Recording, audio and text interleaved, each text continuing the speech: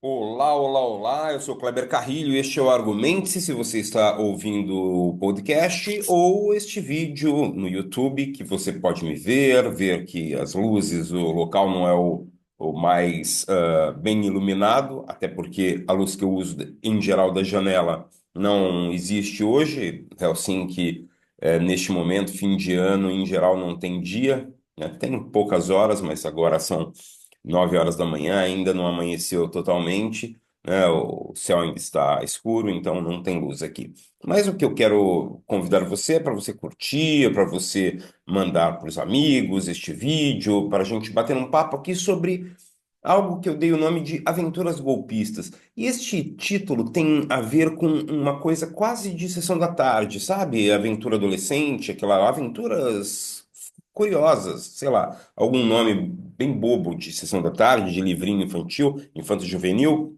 melhor ainda, infanto-juvenil, que é justamente o que eu penso a respeito dessas aventuras golpistas. É claro que eu não estou tirando aqui o risco, principalmente o risco às vidas, né, das pessoas e tal, mas o que aconteceu no Brasil em 2022 precisa ser visto também a partir do olhar da incompetência, né? É, a ideia de um golpe de Estado, de uma possibilidade de que as instituições fossem substituídas por outras, ah, isso era real, é real. Porém, a forma que isso se dá é tão infanto-juvenil, como o nome Aventuras Golpistas diz, que a gente fica até curioso de saber até onde esses caras conseguiriam ir. Não foram, né? Justamente porque não tiveram capacidade. Mas eu quero organizar essa conversa, e tem roteiro esse negócio, né? Não é um roteiro tão claro, mas é uma sequência de temas. Eu quero organizar falando de uma coisa fundamental aqui. Bolsonaro queria ficar no poder. Desde o início, ele pensava: olha, ou eu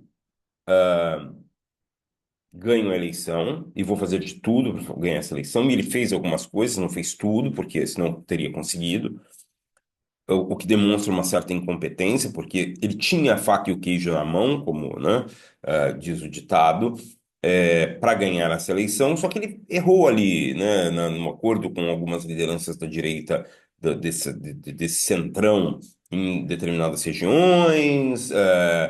As pessoas ficaram um pouco preocupadas com a popularidade do ex-presidente Lula, na época, ex-presidente, atual presidente Lula, em algumas regiões como o Nordeste. Então, as coisas foram confusas. E ele teve alguns erros muito graves durante o governo, né? A ideia dele de optar por um caminho pouco eficaz na pandemia, né? O fato dele ter se distanciado de gente que foi importante na eleição dele de 2018, isso o tornou algo que até hoje ele é, inclusive nas eleições municipais ficou claro, ele é um aliado pouco confiável. Então isso estava acontecendo lá em 2022 e, claro, esse foi um dos motivos que ele perdeu a eleição. Ok, mas vamos deixar de lado perder a eleição. Ele não queria deixar o poder, e aí a gente pode discutir por que ele não queria deixar o poder. Um dos motivos é ele gostava de estar ali. Não sei, tenho minhas dúvidas. Acho que mais do que gostar de estar ali, ele era impressionado para ficar ali, por medo de algumas pessoas que estavam em volta e por comodidade de estar próximo do poder de outras pessoas. Isso faz com que ele, num determinado momento, ele diga: tá bom, vou ficar. Vai ter um golpe.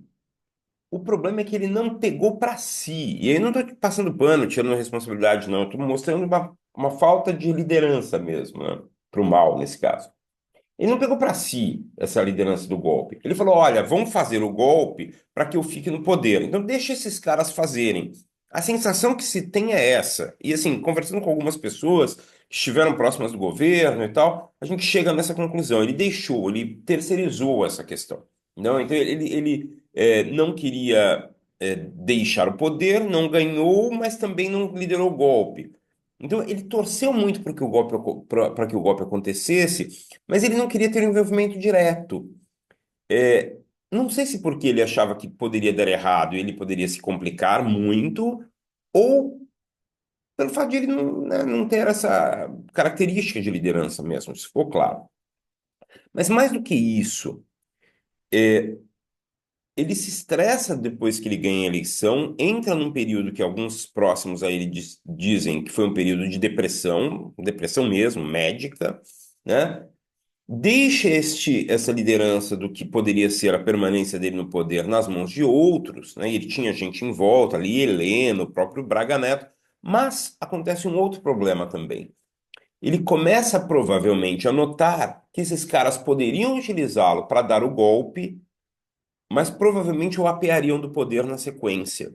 E é aí que entra aquela fase em que ele tem o medo e a paranoia, né? Então, essa coisa de perseguição, essa mania de perseguição que muita gente falou, olha, o presidente está tendo, na época, presidente, está tendo alguns eventos de mania de perseguição, de alguma coisa do tipo, porque ele notou que provavelmente isso aconteceria. Então, vamos lá. A gente tem aqui alguns papéis importantes. Um papel essencial é o da família e dos aliados mais próximos, né, que queriam que ele ficasse no poder. Os filhos, porque têm interesses específicos, a família em geral, esposa, esse pessoal todo tem interesses específicos. É, esses estiveram ao lado dele, tentando que ele fosse esse líder, que ele trouxesse para si essa relevância. Agora, a falta de comando dele criou um ambiente de caos. Você pode ver que quando aparecem essas notícias na imprensa, que são resultados aí das investigações, principalmente da Polícia Federal, a sensação é que não tinha um plano único, tinha vários planos correndo paralelos, porque sabiam que precisavam desses planos, tentavam apresentar para ele, provavelmente alguns foram apresentados, alguns ele discutiu, mas ele não pegou para si, para liderar, olha, agora então vamos fazer dessa forma. Ele deixou essa coisa acontecer. A ideia de um golpe terceirizado é uma coisa meio confusa. Não é o primeiro momento na história, né, que isso acontece, mas é algo complicado, porque ao terceirizar este golpe, ou a possibilidade de que o golpe acontecesse, ele acendeu a possibilidade de que os verdadeiros líderes, quem estava botando a, a coisa para funcionar, mal funcionar, mas tudo bem, né? Quem estava colocando a coisa para funcionar começou a dizer: opa, por que que eu vou botar a coisa para funcionar, fazer com que haja o golpe e vou deixar com que o poder fique com o ex-presidente? Né? Já tinha perdido a eleição.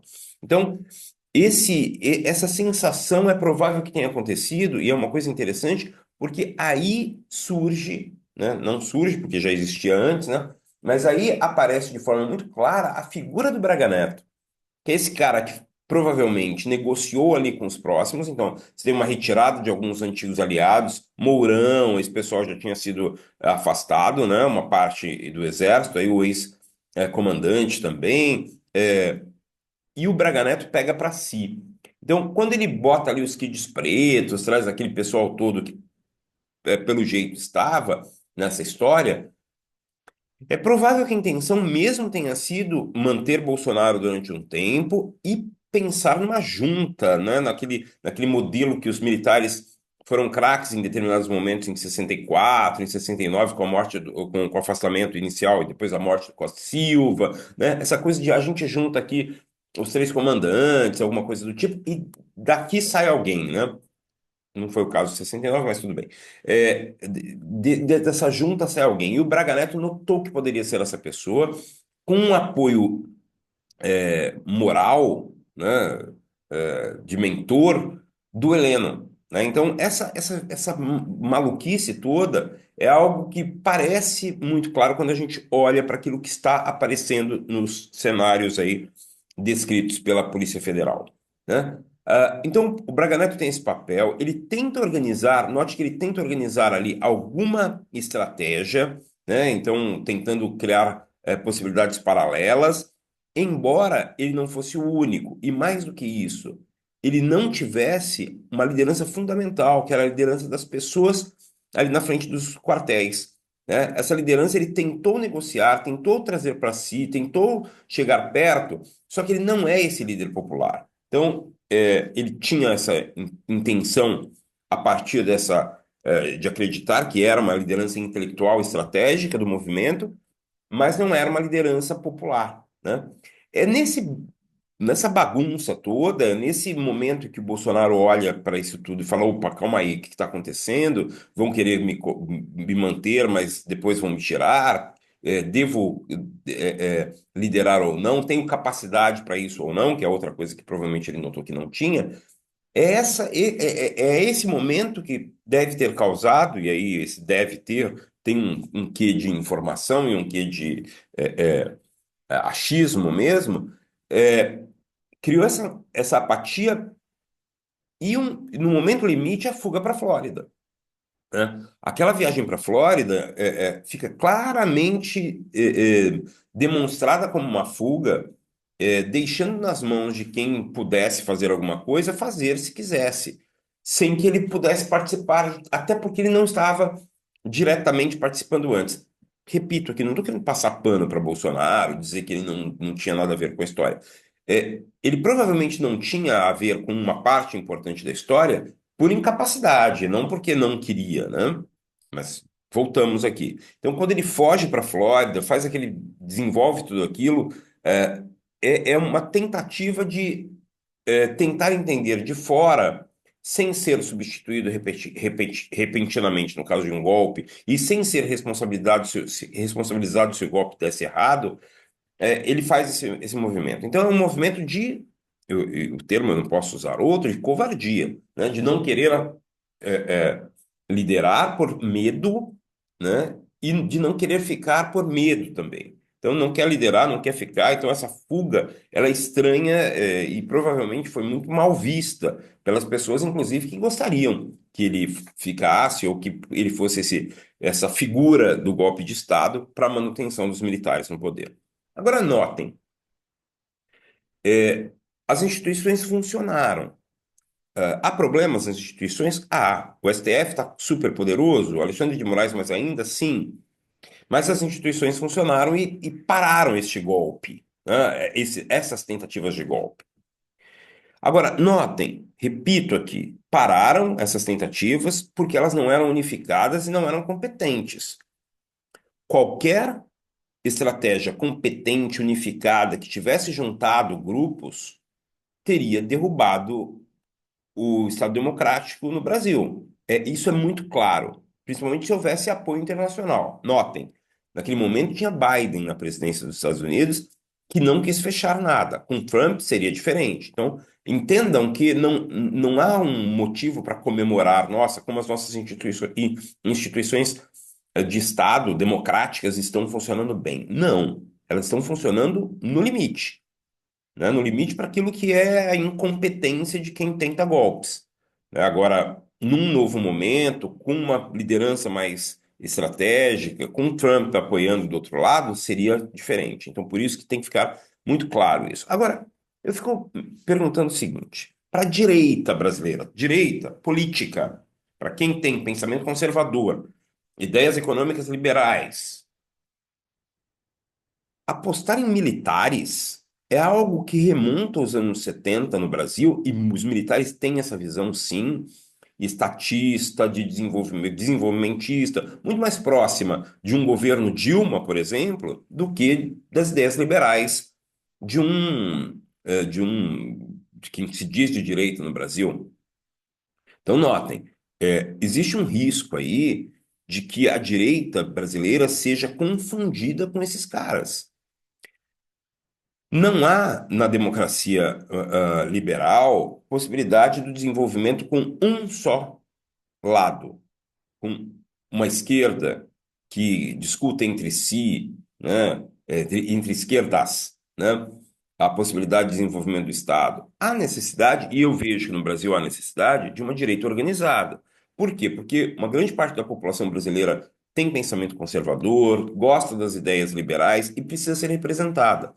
O embate, a desconstrução, se a esquerda quer fazer essa desconstrução do conservadorismo é, da economia liberal, ela tem que acontecer no ambiente democrático. Não é simplesmente jogando essa direita democrática no colo ou vice-versa dos militares aventureiros golpistas que se faz uma democracia forte. Na verdade, o que precisa neste momento é que partidos e lideranças desta direita dita democrática, e espero que ela exista ainda, né, porque o bolsonarismo deu uma detonada nesse pessoal, é, é necessário que aconteça alguma coisa, é necessário que, se for o Tarcísio, embora tenha esse viés militar também, se for Caiado, que tem toda a história, né, 300 anos de dominação, 300? Não sei, mas pelo menos 200 anos de dominação ali na região de Goiás, né, da família dele, é, é, perigoso isso também. Mas trazer essa possibilidade de reconstrução de um campo democrático, liberal, barra conservador, conservador-liberal, à direita, é fundamental. Porque, senão, repito, essas pessoas, esse movimento vai ficar muito ligado aos golpistas, muito ligado a esses aventureiros e, consequentemente, deslegitimados no ambiente democrático. O que faz com que também haja por outro lado, uma supervalorização desse centrão pragmático e pouco ideológico, que pensa apenas nos benefícios pessoais, no desenvolvimento de ações políticas que não são estratégicas e que fazem essas ações políticas com que o Brasil seja um grande gigante do atraso. Portanto, sem reorganização, não há direita democrática viável. E sem essa reorganização da direita democrática viável, a esquerda também perde a referência. E aí fica o ataque da esquerda a esses golpistas e vice-versa, sem que haja uma possibilidade de desenvolvimento de algo fundamental para o país, que é um planejamento estratégico de longo prazo. Vamos discutir mais, isso é fundamental que a gente entenda.